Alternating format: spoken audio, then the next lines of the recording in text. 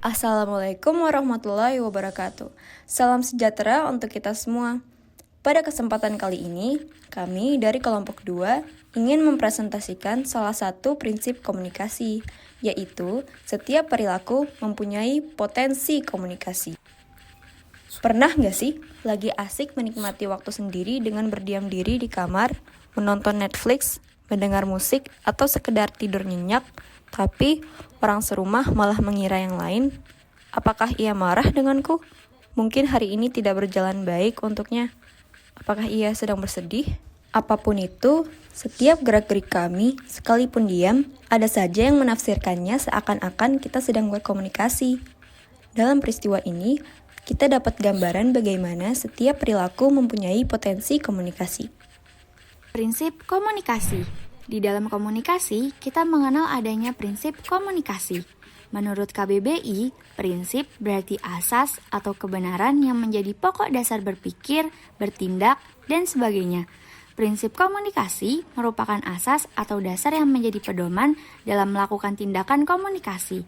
Dalam penyebutannya, terdapat perbedaan istilah tergantung ahli siapa yang mengemukakannya. William B. Goodikons menyebut prinsip komunikasi sebagai asumsi komunikasi.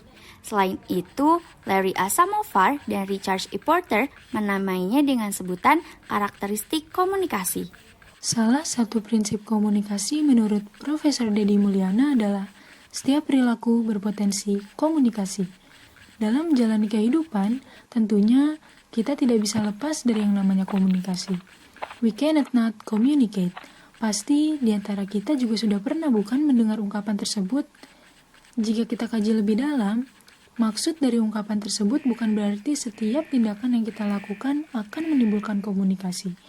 Suatu tindakan dapat dikatakan sebagai komunikasi ketika di dalamnya terjadi pemberian makna dari orang lain. Ketika seseorang melakukan suatu tindakan, tetapi tidak ada orang lain yang memberinya makna, maka komunikasi tidak terjadi. Komunikasi bukan hanya melalui verbal saja, melainkan juga nonverbal, misalnya ekspresi dan gerak tubuh. Bahkan, diam sekalipun dapat berpotensi komunikasi, karena dalam diam tersebut banyak hal yang dapat ditafsirkan, bisa jadi marah, sedih, ataupun bingung. Contohnya adalah, suatu ketika di sebuah tempat terdapat orang yang tidak sengaja bersin.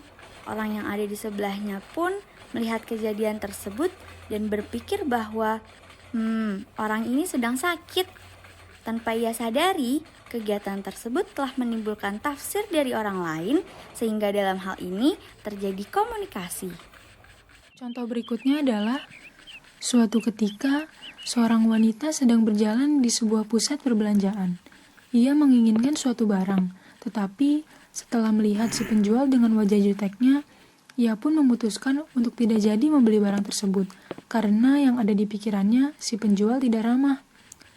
Pikiran yang ada di dalam otak wanita tersebut, tanpa disadari telah menghasilkan komunikasi. Begitu pula ketika kita memilih untuk tidak menjawab pertanyaan seseorang, dalam hal ini berusaha untuk tidak berkomunikasi, tetap saja orang yang memberikan pertanyaan akan menafsirkan tindakan kita dengan berbagai tafsiran.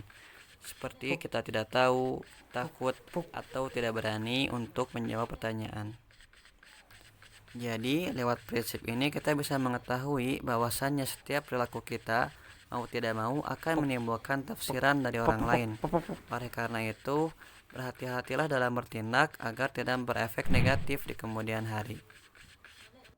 Sekian dari kelompok kami, semoga video ini bermanfaat ya. Thanks for watching and goodbye.